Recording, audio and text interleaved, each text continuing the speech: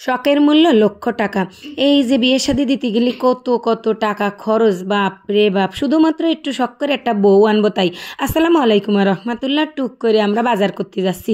বাজারে কত কিছু কেনাকাটা আছে। একটা রিক্সার মধ্যে যাতাযাতি করে তিনজন বইছি, একটা আমার ঘাড়ের পরে, একটা আমার পিঠের পরে। রিক্সার মধ্যে জায়গা নেই, তা কি করবো? একটা এহেনি একটা ওহনি সেহেনি, এই করেই তো বসতে হবে। দুটো রিক্সা তিনজনের জন্য কি নেওয়া সম্ভব? টাহার দিকেও তাকাতে হবে, শখও পূরণ করতে হবে। তাই তিনজনে এক রিক্সার মধ্যে যাতাযাতি করে চলে গেলাম খাজানা দেখতে। খাজানার মধ্যে এসে দেখি ওরে বাপ রে বাপ, একদম দুনিয়াদারি সব কিছু এহেনি ব্যস্তেছে মনে হয়। তোমরা যারা চেনো এই জায়গাটা কমেন্ট বক্সে জানাইও। হ্যাঁ, যশোরের কোন জায়গায় এই খাজানা আছে। আমরা কিন্তু পয়লা আগে একদম সর্বপ্রথম চলে আইছি এই খাজানার মধ্যে, কারণ মহিলা মানুষের গুরুত্বপূর্ণ জিনিস সব কিছু এই দোকানে পাওয়া যায়। তাই একদম লাল, কালা, সাদা, বেগুনি, গোলাপি যত ধরনের আছে সব আমরা বেছে কুটে নিয়ে গেলাম, নিয়ে চলে আসলাম শাড়ি থ্রি পিসের দোকানে। কারণ শাড়ি থ্রি পিসের তো দরকার, ভাই বিয়ে দিচ্ছি বলে কথা। তা একদম বিসমিল্লা করলাম ওই খাজানার মধ্যেতে। তারপরে একে একে সব কিনলাম, শাড়ি থ্রি পিস কিনলাম, ব্যাগের দোকানে আসলাম।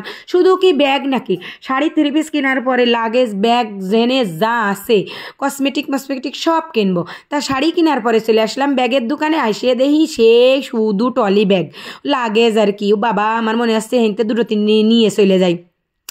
আমার মনে হচ্ছে পকেটে এনে বহুত টাহানি আসলে ভালো হতো, মানে পকেটে আনলি হবে না, ব্যাগের বস্তার মধ্যে আনলি ভালো হতো। তা শোনায় যে দাম, তা ভাবলাম শোনার তো দরকার নেই, কিন্তু শখ তো মিটাতে হবে। বিয়ের সাজ বলে কথা, সাজের মধ্যে একটু গয়নাপাতি না হলে হবে? বেনারসির সাথে যদি ম্যাচিং করে একটু গয়নাপাতি না পরা যায় তাহলে তো আর ভালো দেখা যাবে না।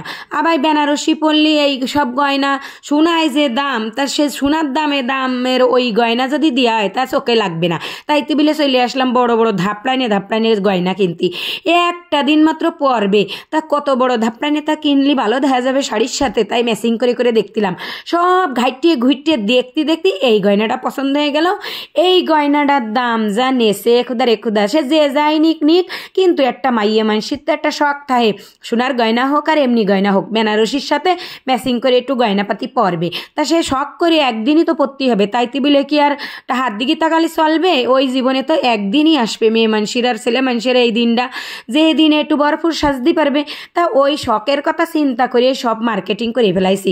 বস্তা বেড়ে টাকা নিয়ে গেলাম, তাইতে বলে এক বস্তা বাজারও করেছি। তা সেই বস্তাটা ভর্তিছি, মানে লাগেজটা আর কি। একে একে সব ভরে ফেলাচ্ছি। দেখি কি কিনেছি, দুটো থ্রি পিস কিনেছি, শাড়ি কিনেছি, সায়া ব্লাউজের পিস কিনেছি, সে খাজানা কিনেছি। খাজানা বোঝো তো, ওই যে ফয়লা দেখালাম যা আর কি। সব একে একে সব কিছু কিনেছি। একটা বিয়েতে যাওয়া কিছু লাগে, আরও কম বেশি আগে দিয়ে ফেলাইছি। আর দেখতে যাই বিয়ে তো হঠাৎ করে, তাই অদরকারি জিনিস একটু কমই কিনেছি, যেটা দরকার লাগবে ওইটা কিনেছি। সেই খাজানা মার্কা সেই গয়নাটাও কিন্তু কিনেছি। আর বেনারসি তো দেহাতি পারলাম না, কারণ কলমার দিন বলে নিয়ম যে হচ্ছে বরের বাড়ির শাড়ি পরে আর বরের বাড়ির নাহেত্তা পরে কলমা পড়বে, কবুল কবে। তা সে বেনারসি কিন্তু আগেই দিয়ে ফেলাইলাম। বাকি যেগুলো বাহিয়েছিল তাই সেইগুলো আজকে কিনলাম বস্তা ভরে। কিনে একে একে সেই লাগেজটা ভর্তিছি, লাগেজটাও কিন্তু কিনে নিয়ে আসি। মানে একটা শখ মিটাতে গেলে, বিয়ে তো ওই এই গেছে, পারলি ওই দিনই নিয়ে বউ নিয়ে গেলি, তারপরে আর লাগেজের দরকার ছিল না, ছোট্ট একটা বাজারের ব্যাগে এইসব দিলি হয়ে যেত।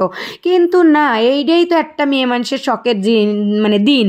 এই দিনের পরে এইসব শখ আর মেটে না। মিটলেও হয়তো আজকে দুটো মিন্দি কিনলাম, কালকে একখান বিরাস কিনলাম, এইটা আমি এক জুড়ি বইরে কোনো দিনও কোনো জিনিস আসে না বিটি মানুষের, বিশেষ করে ঘরের মধ্যে।